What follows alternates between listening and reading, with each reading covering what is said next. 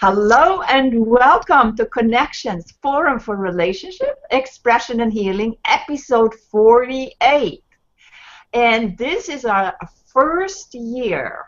The whole year we have done episodes most every week. And this is the last session of the season. So we feel really good about that. Connections Forums offers interviews and talk about the most important areas of our lives, such as relationship, developing higher levels of consciousness and awareness, and expressing who you are, and also to continue your personal healing process. The purpose of our shows is to inspire and teach you skills for dealing with the mental, emotional upheavals that happens to anyone from time to time. And all episodes are recorded and posted on our website, Hangouts on Connection. So interact with us live and on the replays by typing in your comments and questions in the chat box below. We will get all your questions answered. So today we are talking about elemental cuisine with Pamela Ziemann. She is a certified facilitator of the World Peace Diet and taught leadership skills and personal development courses since 1996. And Pamela graduated from Mankato State University with a degree in business administration in 1980 and worked in the corporate world for 10 years. She studied the works of Dr. Neil Bernard and Dr. Brian Clement, T. Colin Campbell, and Dr. Joel Furham, and also Dr. Janice Stanger. I hope I got that right. And before we introduce our guest, some word about us. I'm Margherita Crystal Lotus, and I am an intuitive life and business mentor, and I help professional women that are stressed out to come back to their natural state of mind so that they can deal with the problems in their life and relationships. I also are the host for the Enchantment Healing Retreat here in Kingston, Ontario for my private clients. And now over to you, Heidi. Yeah, thank you, Margherita. I'm Heidi Hornlein. I am a relationship coach and a counselor and a voice coach, and I was also a classical and opera singer before I began to teach and to do my relationship coaching work. I work with people who don't feel fully realized, and actually I help them to find their authentic voice, literally their authentic voice, and also their authentic voice in the world, their expression and what they want to do in the world. I'm here in Paradiso Integrale, which is a place here, our cultural association and our house and retreat center in Italy, in Umbria in Italy. And we expect you. Whenever you come to Italy, you can come as a guest, and we will be very, very happy to have you. Now I'm looking forward for Pamela. Pamela, it would be in Germany. So Pamela, how are you? Welcome. I'm very good. Thanks a lot for having me. And thanks for the invitation to Italy. It's one of my favorite countries. I spent a couple weeks, well, actually I spent a month over there, and I loved every minute of it. The people are amazing. The scenery is beautiful. This is for me, every time when I look out of the window, now it's the afternoon sun, you know, it's so shiny, so rich, the colors. It's still, I'm always in, after almost 30 years that I'm here. So I really awesome. love it. And I invite everybody to come and see it and come and have a retreat with us, you know. This is a good occasion to come over. Totally. The next retreat will be, when was it? I think the end of April. So I will post it. But now we come to you. Your topic is elemental cuisine. I have never heard that before. Can you tell me what it is all about? Elemental cuisine. I came up with that name because I love nature. and the 4 elements of nature, the earth, water, fire, and air, and how we can all get into balance, you know, and how it relates to food. Is sometimes we need spicier foods, sometimes we need comfort food, sometimes we need salty or sweet, or, you know, it's what is it that will bring us into balance. And also, as Margherita said, you know, tuning into your natural wisdom. You know, you said something, oh yeah, your natural state of mind. How can we be more natural? And I think a lot of us have, you know, been in this mechanistic world for so long that we're trying to get back to nature. And we're trying to just get back to our true human self, our natural self. And to do that, we're just going to have to be eating natural foods. I don't see any way around that. This is a wonderful explanation. And I'm wondering, natural food, you know, when I go to the supermarket, there's a lot of stuff, and when I was in America, that's even much worse than here. And I cannot see the naturalness anymore of the food. I know. I do a lot of classes, and I get international people in my classes, my live classes, and sometimes we'll just take things from the grocery store and we'll Google the ingredients, what's on there. And I know a lot of people from Germany, they would say, I had no idea. You know, and you look it up and you actually Google the ingredients, like, this is lighter fluid.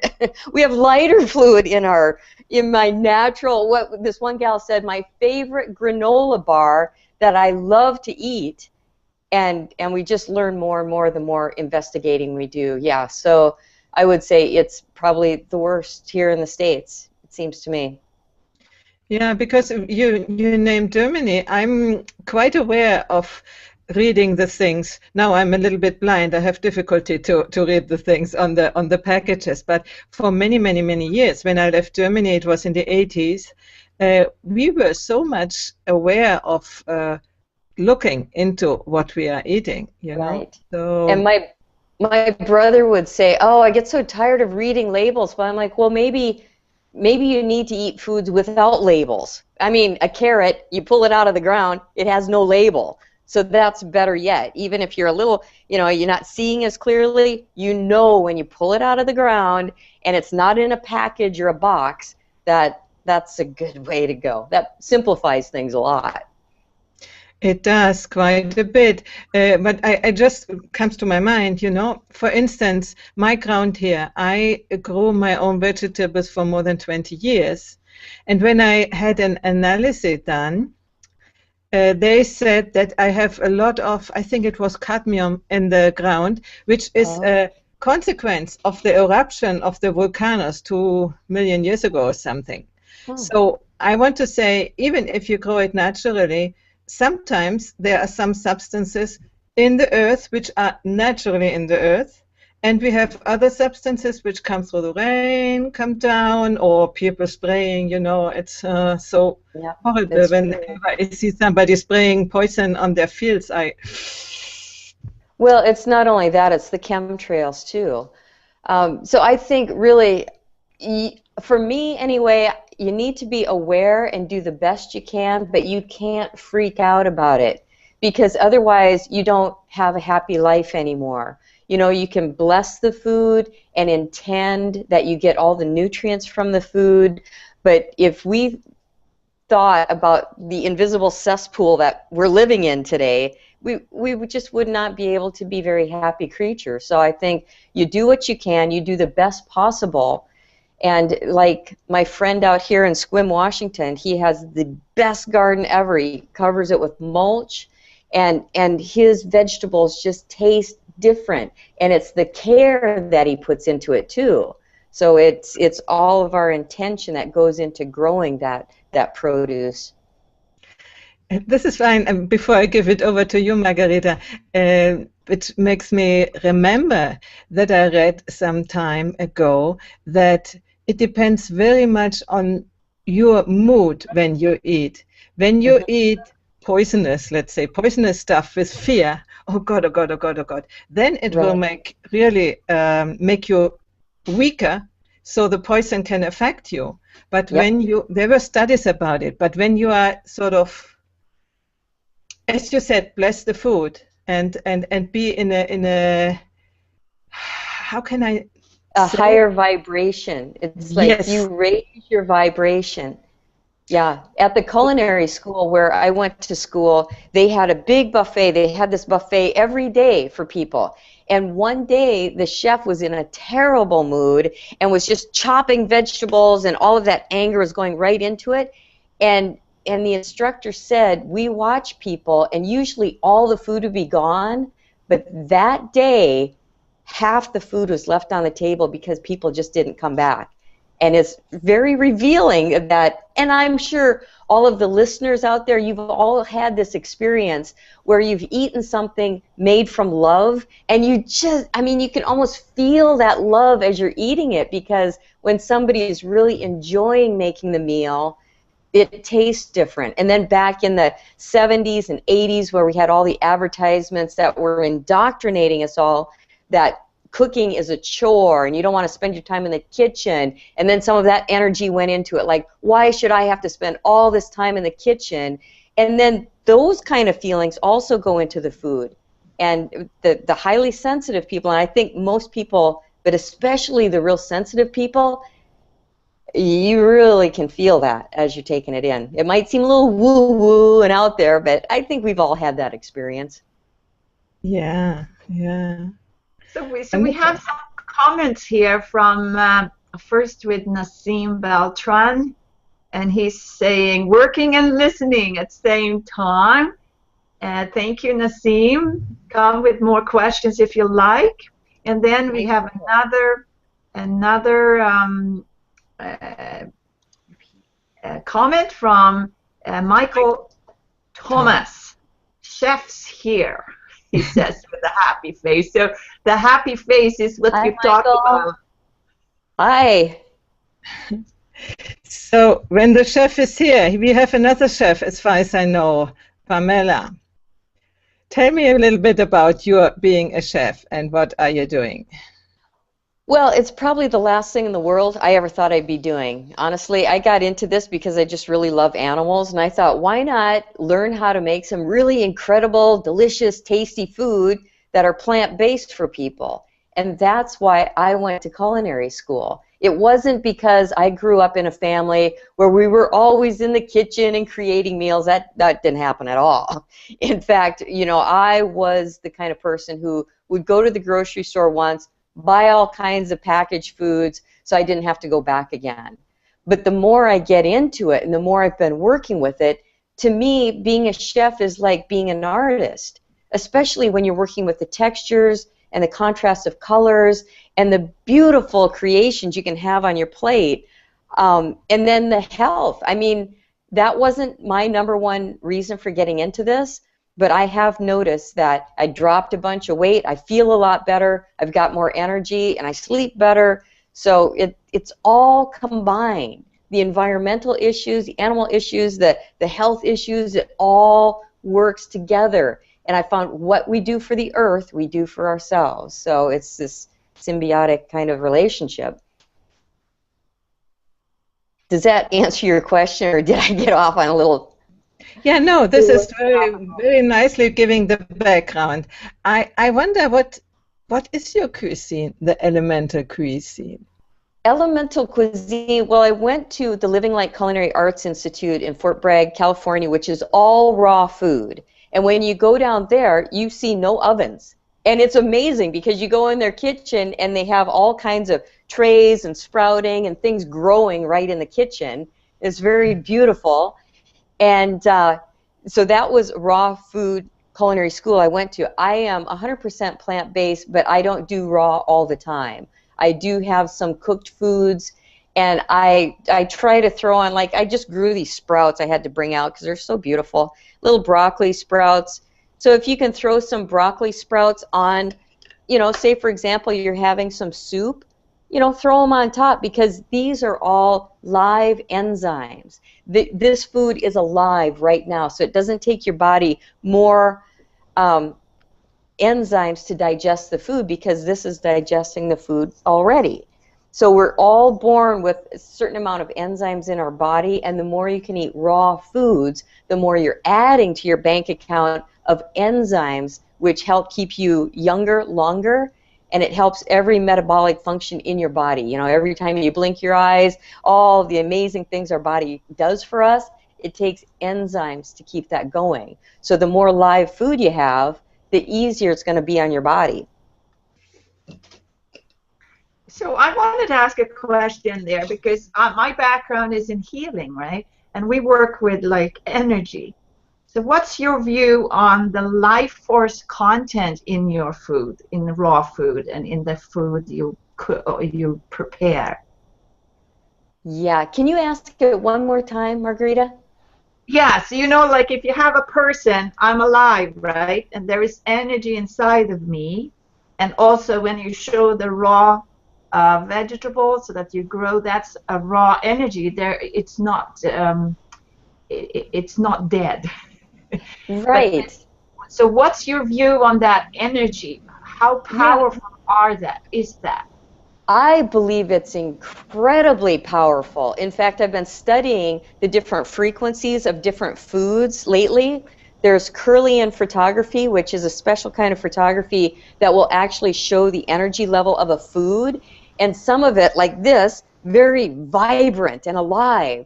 And other cooked foods, like dead foods, it's got very, very low frequency.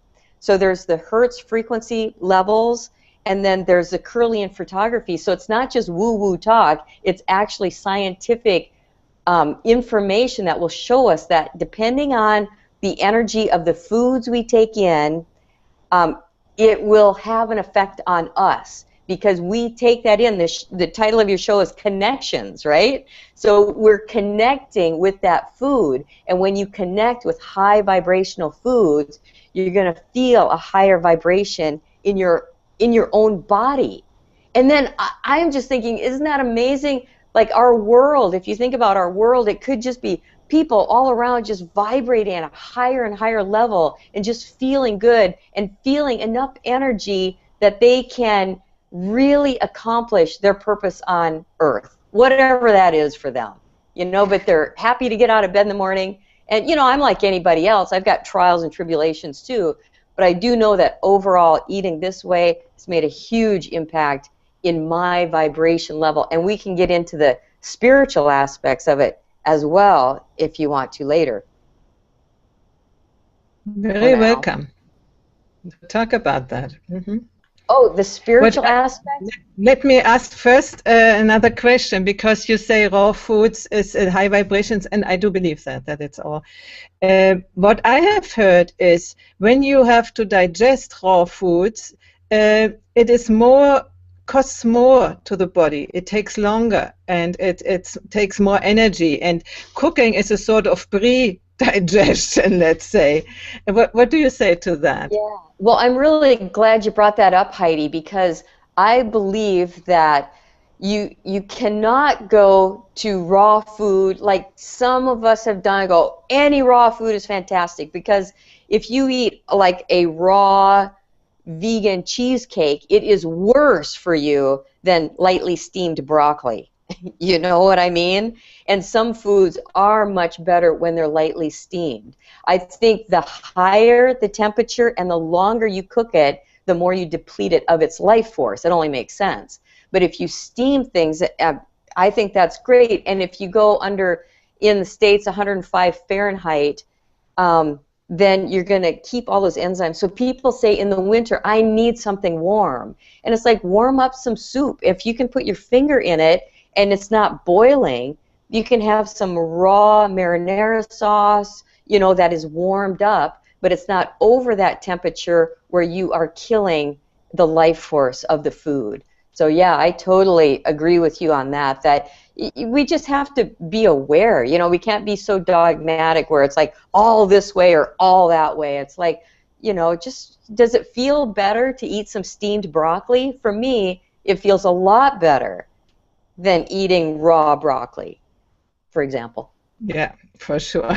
And some vegetables are even poisonous. As I have heard, green beans, you shouldn't eat them completely. And the same with mushrooms too. I've heard the same with mushrooms. Like you want to, I put them in my dehydrator, warm them up there. Mm-hmm. I was into a retreat one time, very many years ago, and I wasn't approached by raw food or like totally raw. And then there was presenters there at the event, and then they served lunch. And I had some of that. I got sick.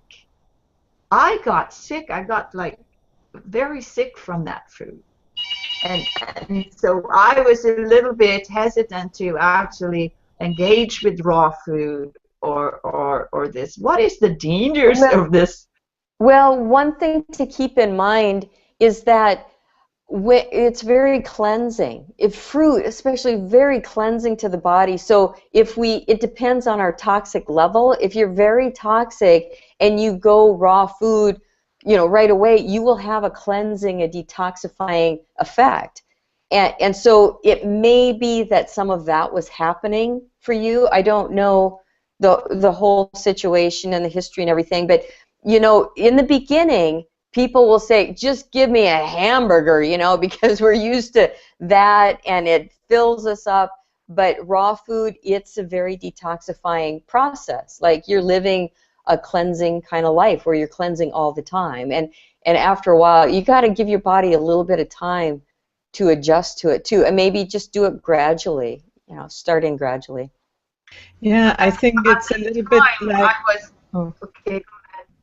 Go on, Margherita. At the time, I thought that I had got food poisoning because it was like so rapidly. But I agree very much on that, that it is detoxifying. And I remember getting very angry. Yeah. And it's funny, too, because I think a lot of us, anything new, like we're so used to what we've been taught growing up. This is a little bit off subject, but still it's on track as well, because anything new, like for example, some people I know, any new food is just like, no, it's like, you don't want to eat this mango? I mean, it's like, all right, I'll eat the whole thing, thank you very much. But sometimes people have this idea, like if it's new, persimmons, I've never heard of that, or celeriac, I don't know what that is. I'm not saying it's you, Margherita, but for some people to introduce new things, it goes against everything they've been brought up. And it's like their family said, this is good. And so it's easy to eat what we've been told our entire lives that is good for us. But we have to just, be an explorer, take an adventure, try something new, and then try it a couple of times, especially with kids too. If you feed them once, it's going to be new. So do it a couple of times. And I think in France, they have somebody eat it like 7 times before they really decide. Yeah, I wanted to give an experience of that. Maybe it's something like that, what you have experienced, Margherita. When I did fasting some 10 years ago or something, for 2 or 3 weeks, no food, only drinking. And then to eat again, you need to begin very, very slowly.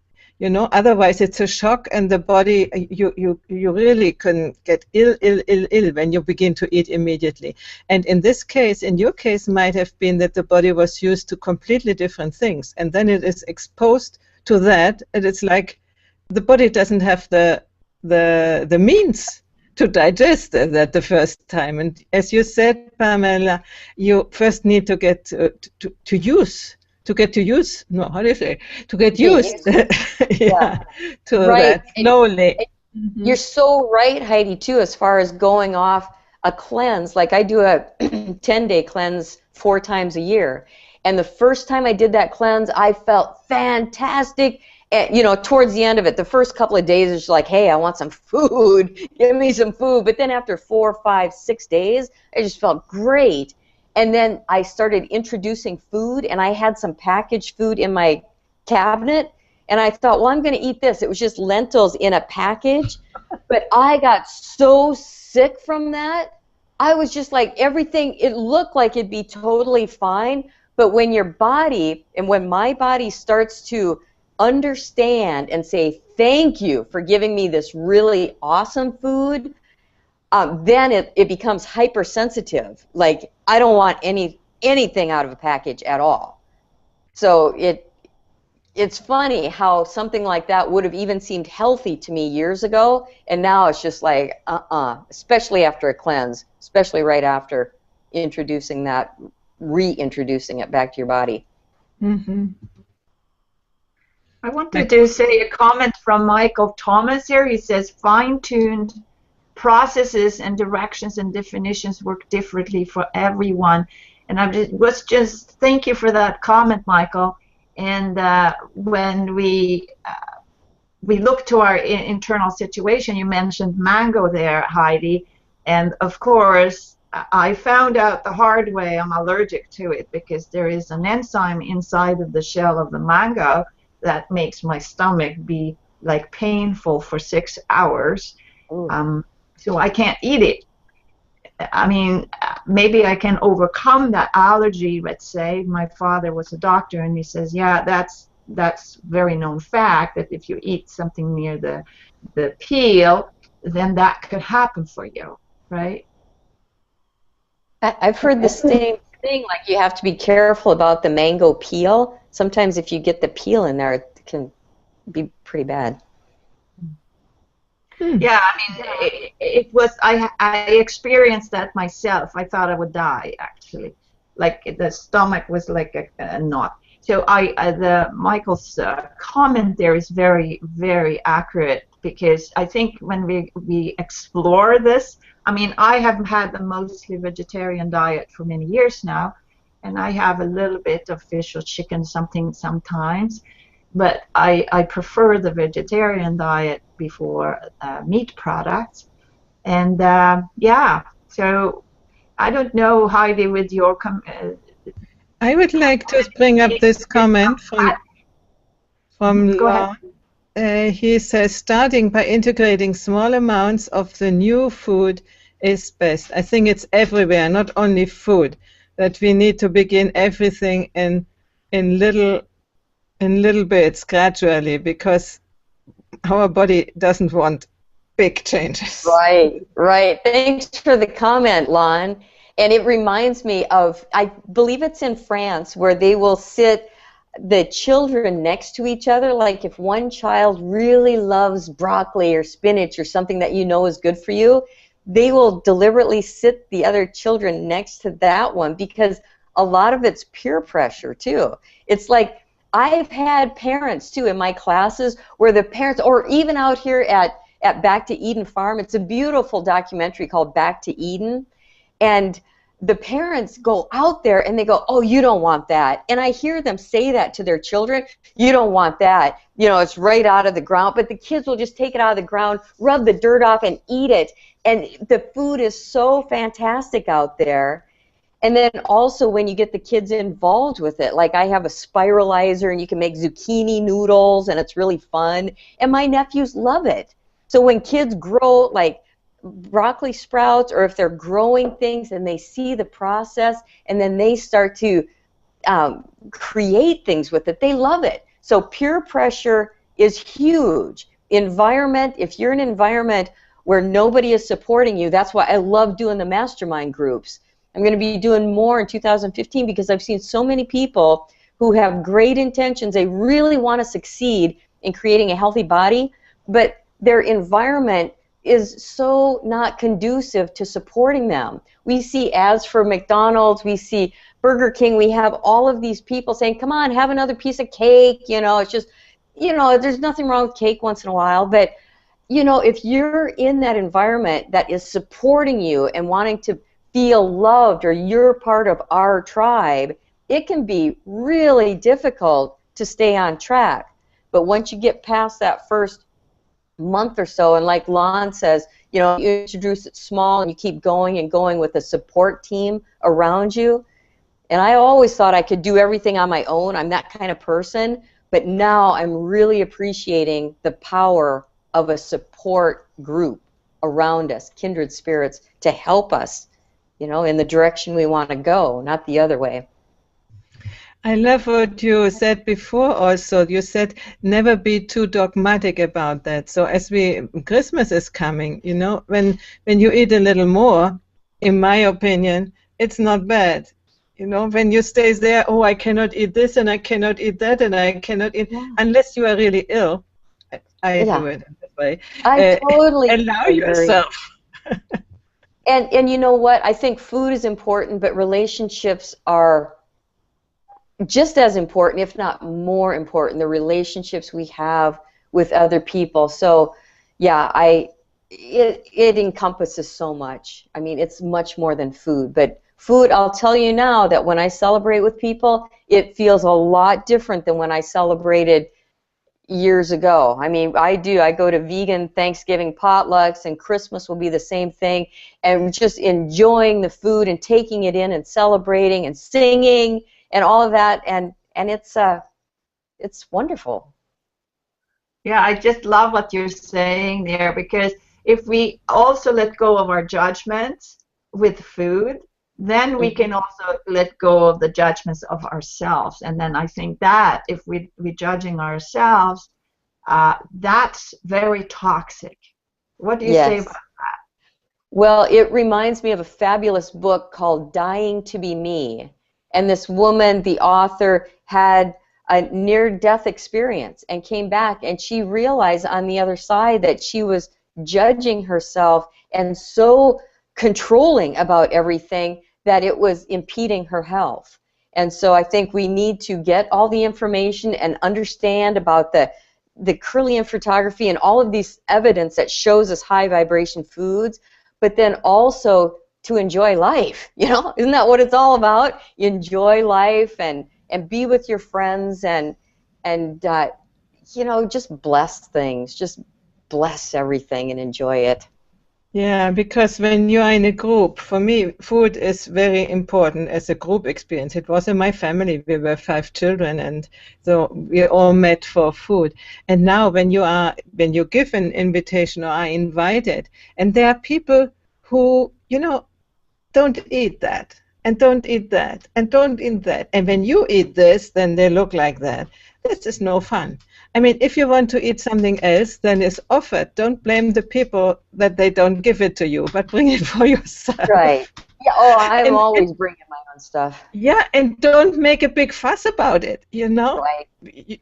You should eat that. I'm eating that, and you should do that too. You know, it's no fun. It can destroy the whole celebration. Oh, totally. You know, and I love gathering around food and bringing things and sharing things and enjoying it together.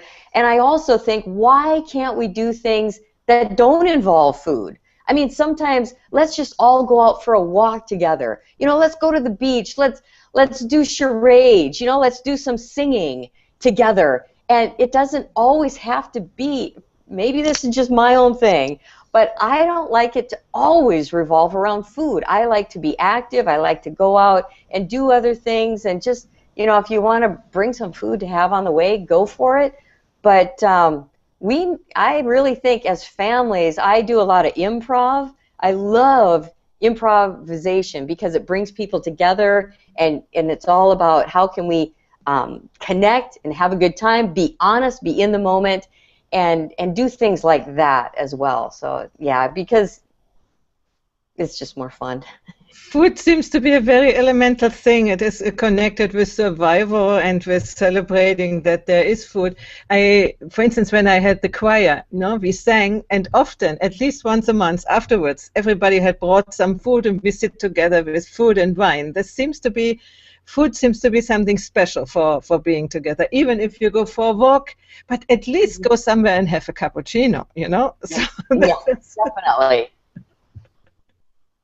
It is elemental, as you say, yeah. I have a question for you, Pamela, right? Can I say Pamela too? I love it how you say Pamela, please. Pamela, it's like passionate. And why I'm talking about passionate is, so when we bless the food, can you give us an example how to do that? Well, yeah, it's been a while, but I can remember saying that bless everything, bless the ground this was grown in, bless the people who cultivated it and brought it to the store or the farmer's market, bless the people at the farmer's market, bless the people who prepared the food, bless the sunlight, the earth, the rain, everything that went into creating that, and then you take that in, and that all becomes a part of you. And then the care that went into it. You know, if you are what you eat, then that care from all those people that you're taking that in, you become part of them. It's a magical experience, really. And then sometimes, like I've been to places where I'll order a chai, something like that, and there was one time where it was made and the person was just so angry and just like, oh, and it just felt so weird. I didn't even want to take it in because it's just like, I don't want to drink that anymore. You know what I mean? So yeah, bless the food. That's a little example. I would just say, just bless everyone who's come together and bless the people who have, you know, shipped the food, everything, and you start to see the connection and how far back it goes and how widespread it is. The thing is that many people would think what you say is a little bit woo-woo, right? But I know that there are already now researchers about that, and it is very, very clearly comes out that by having gratitude, for instance, by considering, as you said, the workers and whatever it takes to have the food, that it changes the not the chemical qualities, but the energetic qualities. Yeah, This is a little bit off topic, but there is very good research about, for instance, what music can do for the growth of plants. Oh, totally. I love that. Have you seen the The Secret Life of Plants, where they had, I think it was 2 cauliflowers growing together, and they had one woman come in and just hack off this one, I think it was a cauliflower, and then the other cauliflower was still living, and they had it hooked up to some kind of sensory, and the same woman walked in, and that plant just started going like this because it saw that woman. I was just like, that is amazing. Yeah, this is one thing, and the other thing, they did research planting the same greenhouses, the same conditions, everything the same, and in one greenhouse they put music like Mozart all the time, 24 hours, and the other greenhouse something like boom, boom, boom, boom, boom, boom. Right. And the Mozart plants grew and embraced the loudspeakers, you know, and the other plants sort of shied away from the loudspeaker. So they constrict just like we do. You know, when you feel something that is at a dissonance level, you just kind of constrict. But when you feel safe, when we all feel safe, you know, everything just starts to expand. Yeah. They've done that with corn in the Midwestern part of the United States too. And some of this corn with the music playing was way taller than the other corn. And, you know, for the people out there who think it's woo-woo, I totally get that, because I grew up on a farm and we just had food just to keep us going, right? It was a no-frills kind of deal.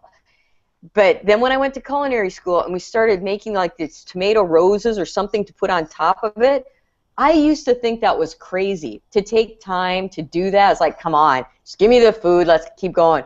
But now, and, you know, just to explore with it. That's why I always encourage people, just play around with it. You know, you can always go back to how you feel, but when you play with it and you start to create things in your own kitchen, notice that how you feel when you eat it, when you've done just a little bit. And I know we're all stressed out. I know we have a lot of things going on, but sometimes it only takes a few extra seconds to put it on a nicer plate or to say a little gratitude prayer, something like that.